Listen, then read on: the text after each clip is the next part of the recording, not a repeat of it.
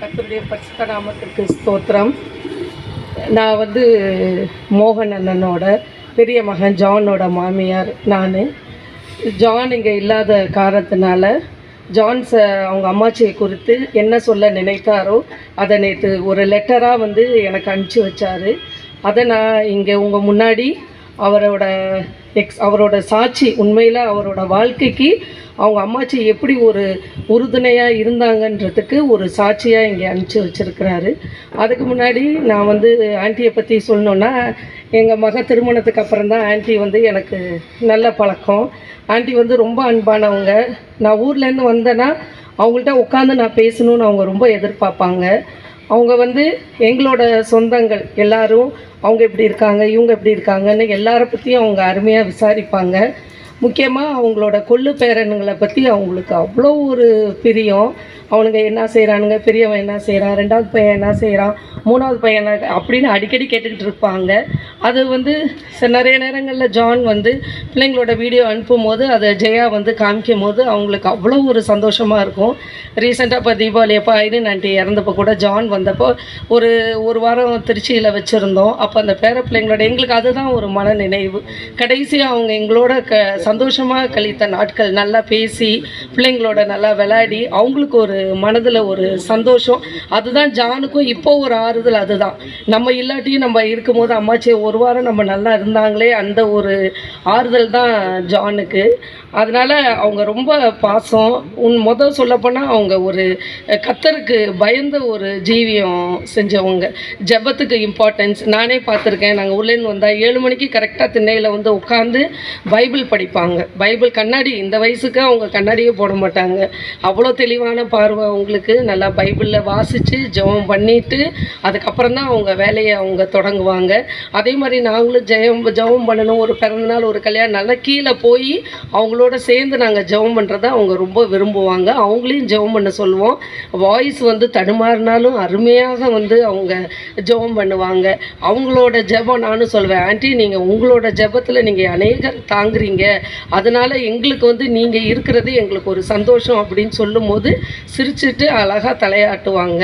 அது எங்களுக்கு ஒரு பெரிய ஒரு ஆறுதல். அதுதான் அவங்க இப்போ இல்லைன்னா அவங்க இப்போ அவங்க கடைசி நாளில் கொஞ்ச நாள் பட்ட கஷ்டத்துக்கு கர்த்தர் அவங்கள அந்த கஷ்டத்துலேருந்து விடுவிச்சாருன்ற ஒரு சந்தோஷம் எங்களுக்கு இருக்குது. அதனால் இப்போ ஜான் அவங்க அம்மாச்சியை பற்றி எழுதுனதை இங்கிலீஷில் எழுதியிருக்கிறாரு. நான் ஷார்ட்டாக முக்கியமாக தமிழில் சொல்கிறேன்.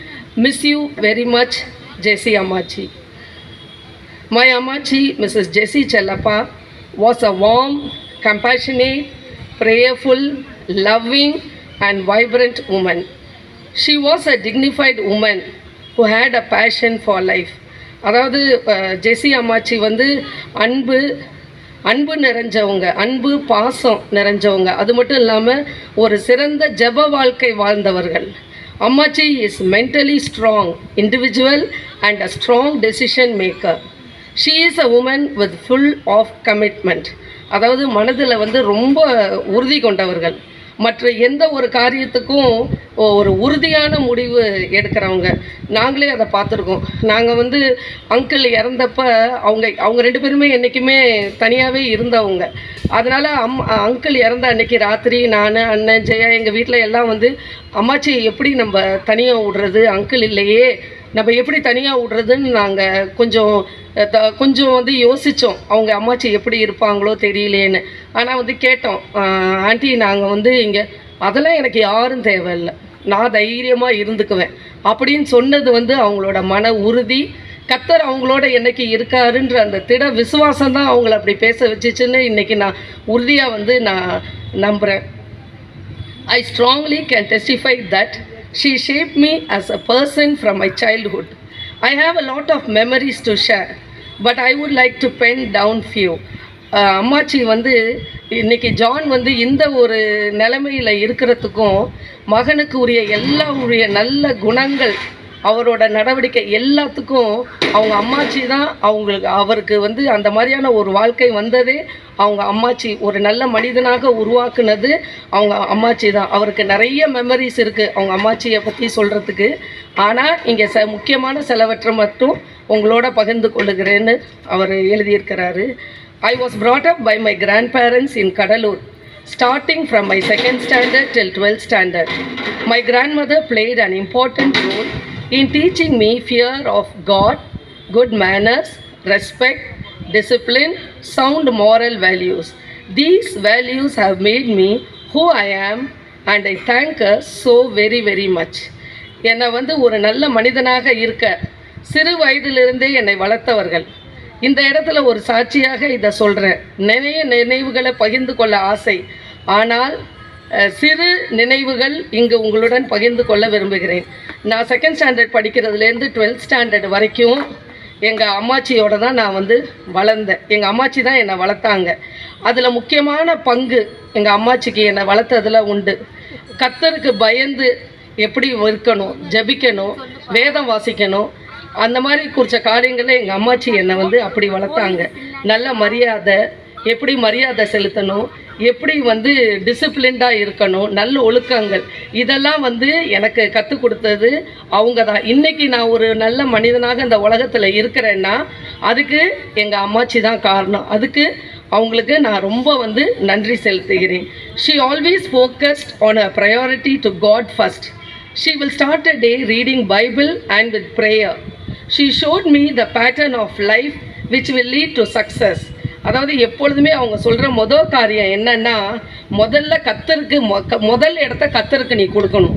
அதுதான் அவங்க நாளை துவக்கும் போதே பைபிள் வாசிக்கிறது, ஜெபம் பண்ணுறது, அதை முடிச்சுட்டு தான் அவங்க வேலைகளெல்லாம் ஆரம்பிப்பாங்க. எப்படி வெற்றிக்கான வழி என்ன என்பதை குறித்து அவங்க எனக்கு சொல்லி கொடுத்தது அவங்க தான். அதே மாதிரி பாஸ்டர்ஸு, மிஷினரி, இன்னும் எவாஞ்சலிஸ்ட்டு, மற்ற ஊழியக்காரங்களுக்கு எப்படி மரியாதை கொடுக்கணும்னு எனக்கு சொல்லி கொடுத்தாங்க.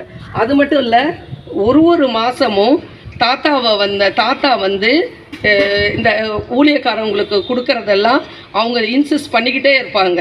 ஒரு மாதமும் அவங்க கேட்டுக்கிட்டே இருப்பாங்க. அந்த ஏஎல்சி சர்ச்சுக்கு, மினிஸ்ட்ரீஸுக்கு, மிஷினரிஸுக்கு, கிறிஸ்டியன் புக் மினிஸ்ட்ரீஸுக்கு அதை கொடுக்கறதுக்கு அவங்க பின்னாடி சொல்லிக்கிட்டே இருப்பாங்க. தாத்தா will have a very hard time if he is not completing is job with first week of the month. இந்த வாரத்துக்குள்ளே இதற்குரிய காணிக்கையெல்லாம் கொடுக்கறதுக்குள்ளாட்டியும் அவங்கள படாத பாடுபடுத்தி வச்சுருவாங்க. On Sundays church is the utmost priority. She made sure that I go to ALC church without fail, attend Sunday class. Breakfast will be given only if I attend the church in the morning. ஒரு ஞாயிற்றுக்கிழமையும் முதல் priority ஆலயத்துக்கு செல்வது தான். கோயிலுக்கு கண்டிப்பாக போகணும். அதுவும் இல்லாமல் சண்டே கிளாஸ் அட்டன் பண்ணணும். இது கோயிலுக்கு அட்டன் பண்ணி சண்டே கிளாஸ் அட்டன் பண்ணிவிட்டு வந்தால் தான் வீட்டுக்கு சாப்பாடு, காலை சாப்பாடு அது வரைக்கும் கிடையாது. இன்ன வரைக்கும் ஜான் அந்த பழக்கத்தை வச்சுருக்கிறாரு. கோயிலுக்கு போகிறதுனா அவர் காலையில் சாப்பிட மாட்டார். அன்றைக்கி காலையில் சாப்பிட மாட்டார், மதியானம் தான் சாப்பிடுவார். I will always remember new year day and my birthday. Both தாத்தா அண்ட் அம்மாச்சி will Leh hands on me and release the blessings upon me.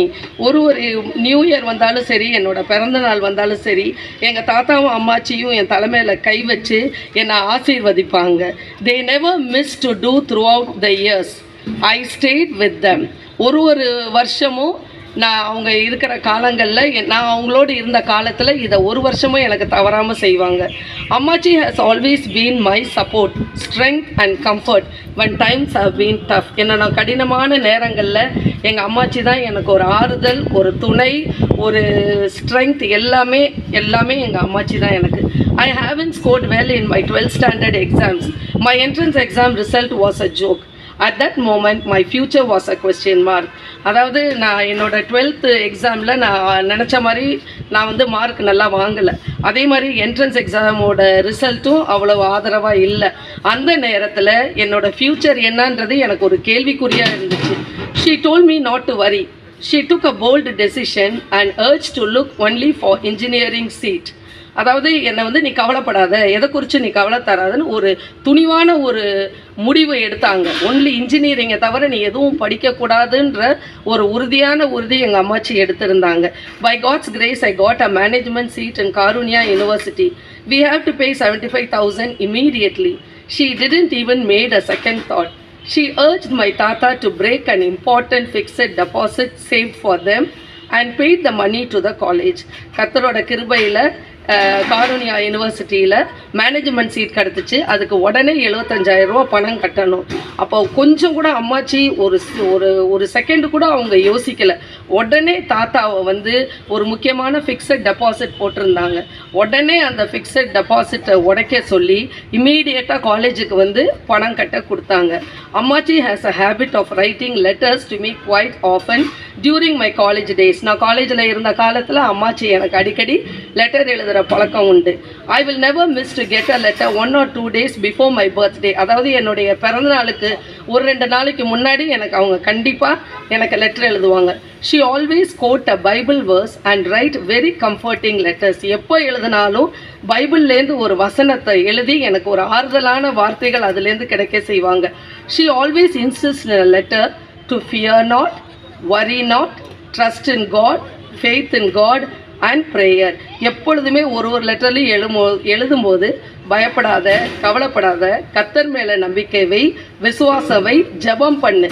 இதுதான் வந்து இங்கே அதில் வந்து அவங்க அம்மாச்சியோட லெட்டர் அவர் இன்னும் வச்சிருக்கிறாரு. ஒரு ஸ்னாப் ஷாட் எடுத்து அனுப்பிச்சிருக்கிறாரு.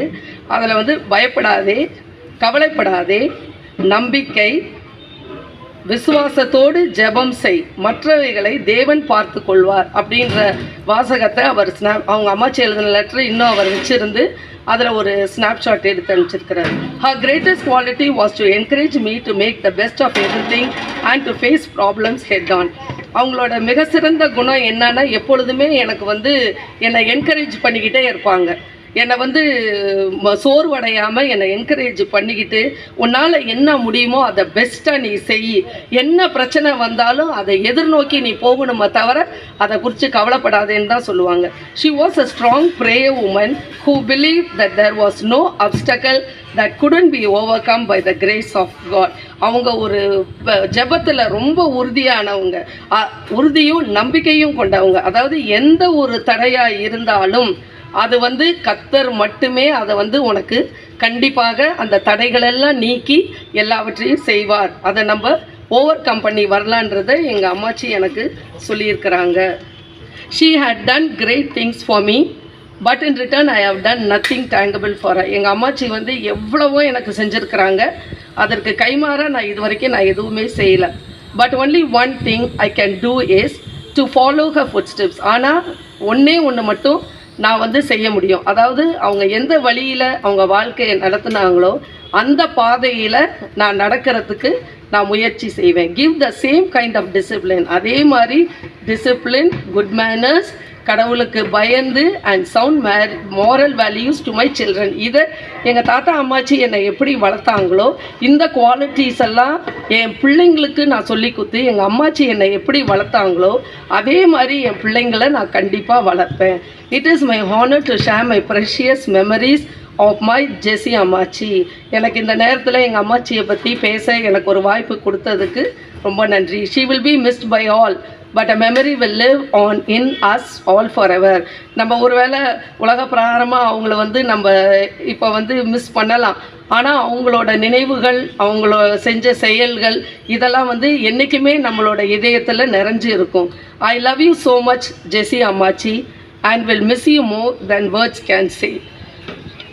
Thank you.